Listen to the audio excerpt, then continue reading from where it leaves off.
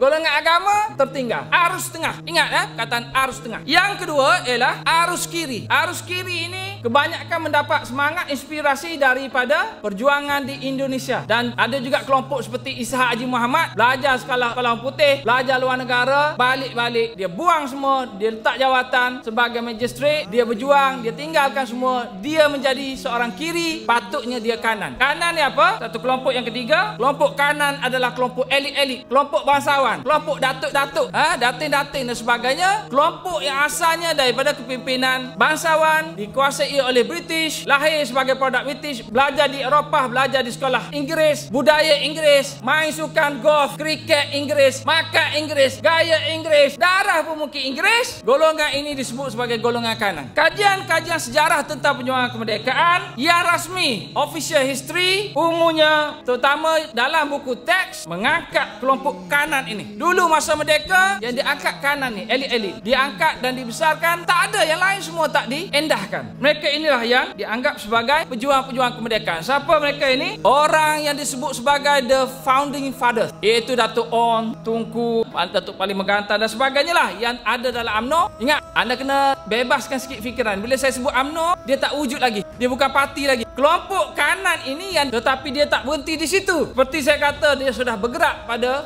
elemen yang lain, dia jadi komunis. Lepas perjanjian damai tersebut, muncullah buku-buku yang mula mengangkat mereka yang berjuang kemerdekaan bukan kanan, bukan kiri, tapi komunis. Buku ini banyak tulis tentang watak seperti Rashid Maidin, Abdullah Sidi. Sekarang ni ada buku tentang Chimping, My Side of History oleh Chimping. Tak ada masalah dah. Ini okey lagi. Ada di tangan saya buku, dapat percuma orang pergi, tahun 2014, diterbitkan oleh SIRT.